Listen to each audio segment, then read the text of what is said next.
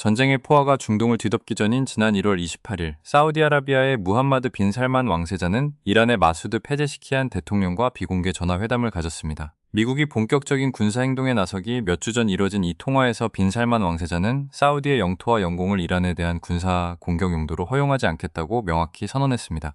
이는 지난 10년간 중동 내 최대 라이벌이자 미국 안보 체제의 핵심 축이었던 사우디아라비아가 미국의 전쟁에 동참하지 않겠다는 의사를 이란 측에 직접 전달한 이례적인 사건으로 기록되었습니다. 현재 도널드 트럼프 행정부의 에픽 퓨리 작전이 시작된 지 70일이 경과한 가운데 전 세계의 이목이 미국과 이란의 물리적 충돌에 집중된 사이 리야드에서는 거대한 지정학적 변동이 일어나고 있습니다. 빈 살만 왕세자는 단순히 전쟁을 관망하는 것을 넘어 충돌 이후 재편될 중동 질서에서 사우디아라비아를 승자로 만들기 위한 독자적인 전략적 행보를 가속화하고 있습니다. 이는 1973년 석유 금수 조치 이후 걸프 지역에서 발생하는 가장 중대한 전략적 전환으로 평가받고 있습니다. 사우디아라비아의 이 같은 움직임은 단순한 전쟁 대응을 넘어 오랜 기간 준비된 안보 구조의 재설계로 풀이됩니다. 과거 사우디와 미국의 관계를 지탱하던 핵심 축인 페트로달러 체제가 균열을 보이기 시작한 것이 그 배경입니다. 리야드는 이미 2년 전 별도의 공식 발표 없이 수십 년간 이어온 달러화 결제 독점 협약을 갱신하지 않고 만료시켰습니다. 미국의 안보 보장이 더 이상 사우디의 국익과 일치하지 않는다는 판단하에 전쟁이라는 위기 상황을 발판 삼아 새로운 다자간 안보 및 경제 블록 형성에 박차를 가하고 있는 것입니다. 사우디아라비아의 전략적 전환을 증명하는 첫 번째 구체적 지표는 지난 60일 동안 4차례에 걸쳐 진행된 쿼드릴레터럴 회담입니다. 사우디아라비아와 터키, 파키스탄, 이집트 4개국 외무장관은 지난 3월 18일 리야드에서의 첫 만남을 시작으로 3월 29일 이슬라마바드, 4월 17일 터키 안탈리아에서 연쇄회동을 가졌습니다. 국제전략문제연구소 US 분석가들은 이를 걸프협력회의 UGCC 창설 이후 가장 유의미한 지역 안보 이니셔티브로 평가하고 있습니다. 이들 4개국은 세계 2위의 석유 매장량 사우디, 글로벌 해상무역의 요충지인 수에즈 운하, 이집트, 나토 내 두 번째 규모의 상비군 터키, 그리고 이슬람권 유일의 핵보유국 파키스탄이라는 강력한 자산을 보유하고 있으며 그 배후 인구는 5억 명에 달합니다.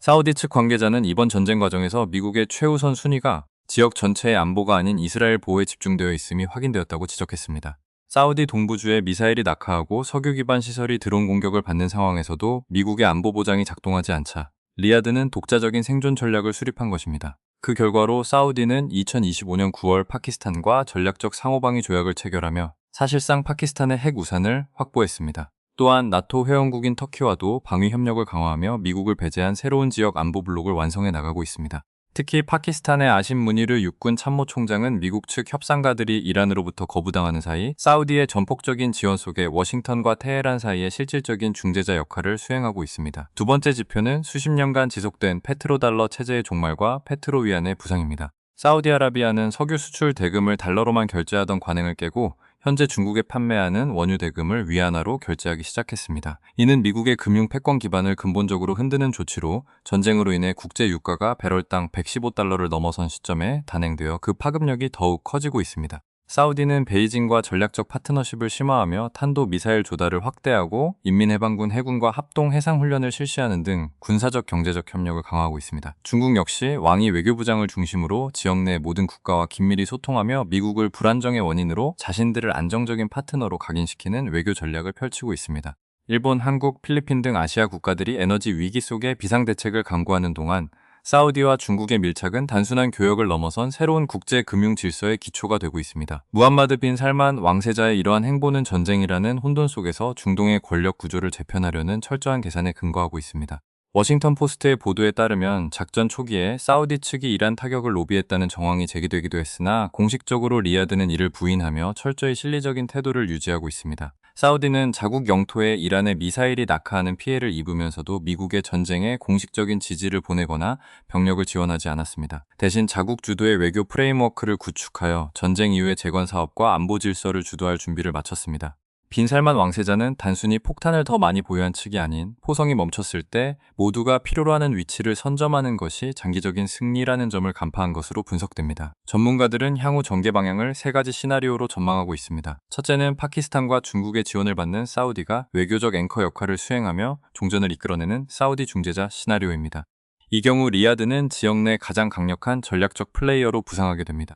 둘째는 정전협정이 불완전하게 유지되는 가운데 사우디가 미국과의 관계를 최소한으로 관리하며 페트로달러의 쇠퇴를 가속화하는 장기적 대치 시나리오입니다. 마지막으로는 갈등이 격화되어 사우디가 공개적으로 미국의 작전을 거부하고 중국, 터키와 함께 유엔 차원의 독자적인 결의안을 추진하는 동맹 균열 시나리오입니다. 어떤 경로를 따르더라도 중동의 권력 중심축은 이미 워싱턴에서 리야드와 베이징으로 이동하고 있다는 것이 핵심입니다. 에너지 시장의 변화 또한 불가피합니다. 세계 최대 원유 생산국인 사우디가 달러 시스템 외부에서 결제 비중을 높임에 따라 글로벌 에너지 비용은 단순한 전쟁 여파를 넘어 구조적인 변동을 겪게 될 것입니다. 나토 회원국인 터키가 미국을 배제한 새로운 지역 안보 블록에 가담한 것은 향후 서방 동맹 체제 전체에 심각한 질문을 던지고 있습니다.